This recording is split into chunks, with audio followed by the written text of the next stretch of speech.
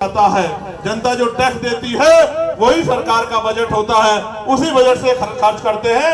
ऐसा थोड़ा ही कि अपनी जमीन बेच के या अपने उद्योगों से बचाओ पैसा लाके हमारे लिए लगाते हैं। ये तो हमारा पैसा है, देश की जनता का पैसा है, दिल्ली की जनता का पैसा है। अब उस पैसे को चाहे अपने घरों में लगा लो, चाहे गरीब लोगों की समस्या हल करने पर लगा लो।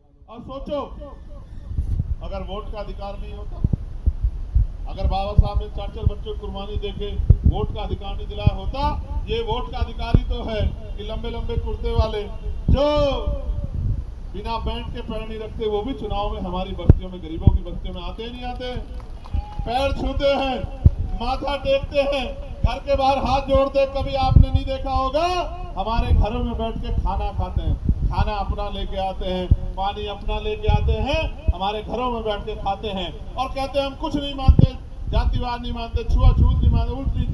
मगर वो जब ऐसा हो तो आप समझ लेना कि चुनाव नजदीक है या चुनाव चल रहा है, क्योंकि चुनाव के बाद तो वो सब मानते हैं। आप ये सोचो, ये वोट का अधिकार नहीं होता तो आज हमारी गलियों के हालात देखो, नालियां सटी फटी हैं, निकासी कोई व्यवस्था नहीं है, गंदगी जो है बराबर की हो रही है। ऐसा लगता है ये दिल्ली दिल्ली नहीं है, ये अलग दिल्ली है और अमीरों के लिए वो अलग दिल्ली है जहाँ हम लोग घूमते हैं, जहाँ हमें जो है संविधान के जाने का मौका मिला है।